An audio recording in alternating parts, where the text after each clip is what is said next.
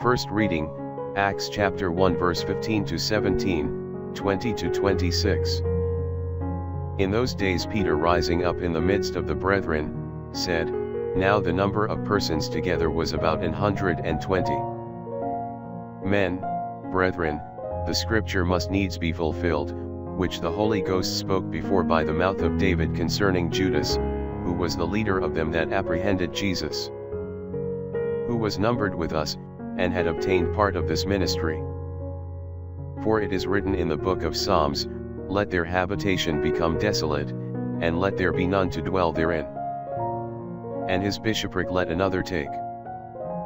Wherefore of these men who have companied with us all the time that the Lord Jesus came in and went out among us, beginning from the baptism of John, until the day wherein he was taken up from us, one of these must be made a witness with us of his resurrection. And they appointed two, Joseph, called Barsabas, who was surnamed Justus, and Matthias. And praying, they said, Thou, Lord, who knowest the hearts of all men, shew whether of these two thou hast chosen to take the place of this ministry and apostleship, from which Judas hath by transgression fallen, that he might go to his own place.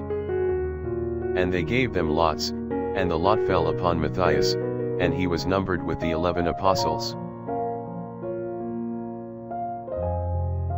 Psalms chapter 113 verse 1 to 8. Praise the Lord, ye children, praise ye the name of the Lord.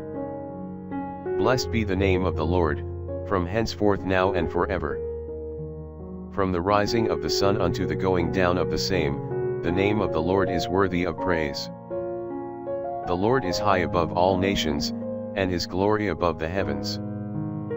Who is as the Lord our God, who dwelleth on high, and looketh down on the low things in heaven and in earth? Raising up the needy from the earth, and lifting up the poor out of the dunghill, that he may place him with princes, with the princes of his people. Gospel, John chapter 15 verse 9 to 17. As the Father hath loved me, I also have loved you. Abide in my love.